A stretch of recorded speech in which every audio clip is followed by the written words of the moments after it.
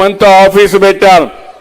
అందులో కూడా మీరు ఫోన్లో చెప్పినా వ్యక్తిగతంగా వచ్చి చెప్పినా అవన్నీ రికార్డ్ చేసి మళ్ళా ఆ సమస్య పరిష్కారం చేసి మీకు సమాచారం ఇచ్చే విధంగా కార్యక్రమాన్ని చేపడుతున్నానని కూడా నేను మీకు తెలియజేస్తున్నా. దీనికి అంతటికి కూడా మళ్ళా ఎక్కడికక్కడ పార్టీ కార్యకర్తలు ఉన్నారు, వాళ్ళకు కూడా సమాచారం ఇస్తాం. వాళ్లే ఈరోజు పార్టీకి రాత్రింబగుళ్ళలో పనిచేసి ఇన్నిసార్లు తెలుగుదేశం పార్టీ పెట్టినప్పటి నుంచి తెలుగుదేశం పార్టీ జెండా ఎగరతా ఉందంటే, ఎగరేశారంటే దానికి కారణం తెలుగుదేశం పార్టీ కార్యకర్తలు. అలాంటి వారిని ఎట్టి పరిస్థితుల్లో విస్మరించాం, వాళ్ళకు గౌరవిస్తాం, వాళ్ళకు కూడా ప్రాధాన్యత ఇస్తాం, వాళ్ళకు కూడా ఇన్ఫర్మేషన్ ఇచ్చి మిమ్మల్ని ఓట్లు అడిగింది వాళ్ళు కాబట్టి వాళ్ళకు మళ్ళా సమాచారం ఇచ్చి వాళ్ళ నాయకత్వంలో ఇవన్నీ చేస్తామని చెప్పి కూడా నేను మీకు తెలియజేస్తున్నా.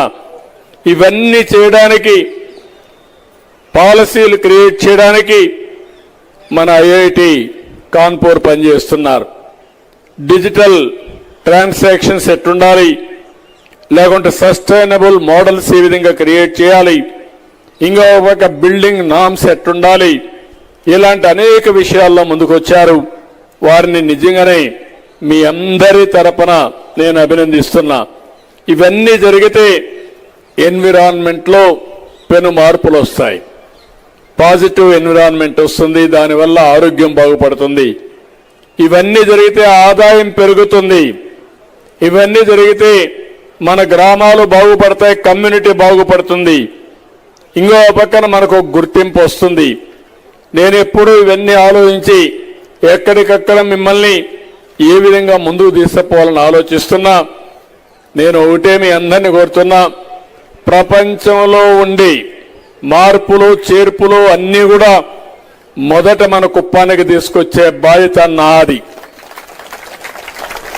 దీనివల్ల మీ ఆదాయం పెరుగుతుంది. ఈరోజు విజన్లో కూడా నేను చెప్పాను, 3 ప్రిన్సిపల్స్ చెప్పాను. మీ ఆదాయం పెరగాలంటే సంపద పెంచాలి, మీకు కుటుంబ సంపద, వ్యక్తిగత సంపద పెంచాలి. రెండోది, మీరు ఆరోగ్యంగా ఉండాలి.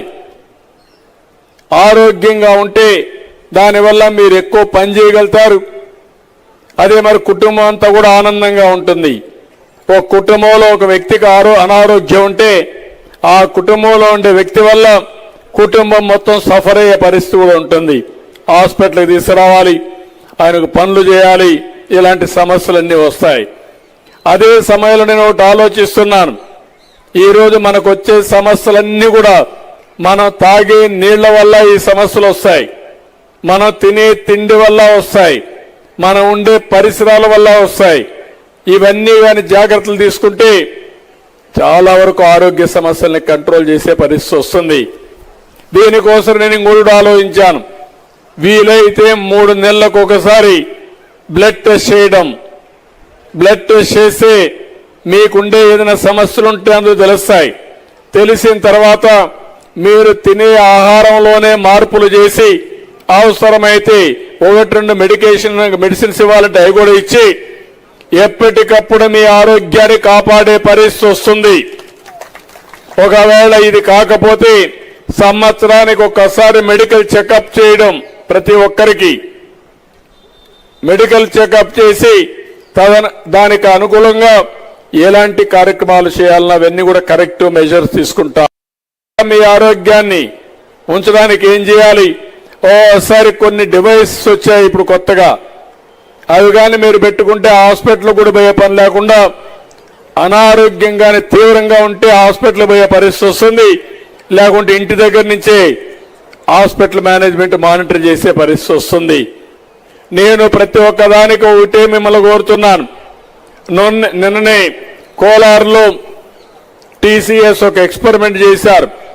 టెక్నాలజీ ద్వారా ఎట్టా ఎంప్లాయీస్ అందరినీ అనుసంధానం చేయాలి, డాక్టర్లని, నర్సుల్ని, ఏఎన్ఎంఎల్ని, ప్రతి ఒక్కరి ఆరోగ్యం ఎట్లా కాపాడాలో కార్యక్రమానికి శ్రీకారం చుట్టారు.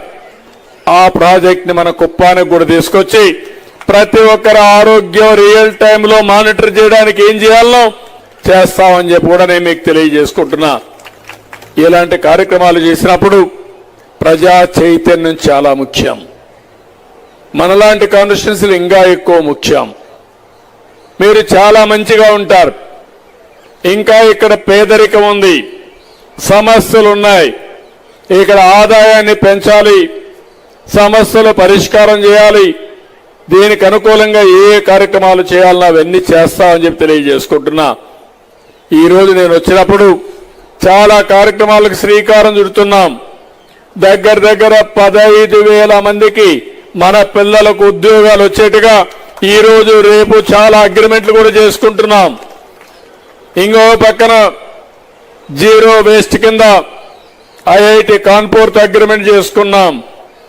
ఇప్పుడే ఇంకొక అగ్రిమెంట్ చూస్తే ఏదైతే నేచురల్ ఫార్మింగ్ కింద మనం పండించే పంట కూడా కొని దాన్ని కూడా మళ్ళా టెస్టింగ్ కూడా చేసి దానికి లేబుల్ కూడా ఇచ్చి ఆర్గానిక్ ప్రోడక్ట్ కింద వాళ్లే మార్కెట్ చేసే విధంగా ఇలాంటి వినూత్నమైన కార్యక్రమాలు చేసి ఏ పంట పండిస్తే మీకు ఆదాయం వస్తుంది, అదే మరి పంట పండించినప్పుడు ట్రేసబిలిటీ అంటే ఏ పొలాల్లో పండించింది, ఏ రైతు పండించారో దానికి చరిత్ర రాస్తే దాంట్లో ఏ ఎరువు వేయకుండా పండించామని చెప్పగలిగితే దానికి ఎక్కువ ఆదాయం వస్తుంది.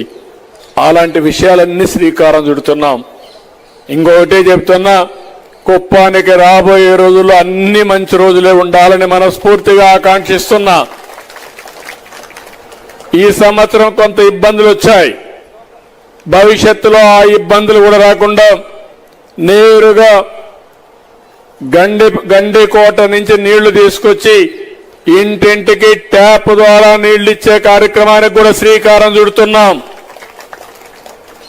ఒకప్పుడు ఎన్టీఆర్ జలశ్రీ పెట్టాం, ₹2కి 20 లీటర్లు నీళ్లు ఇచ్చాం, మినరల్ వాటర్ ఇచ్చాం. కానీ ఈరోజు మళ్ళీ ఓసారి వర్షాలు పడకపోతే నీటి ఎద్దడి వస్తే బోర్లు ఎండిపోతున్నాయి, నీళ్లు లేకుండా పోయే పరిస్థితి వస్తుంది. దీనికోసం నేను ఆలోచించింది శాశ్వతంగా పరిష్కారం చేయాలని.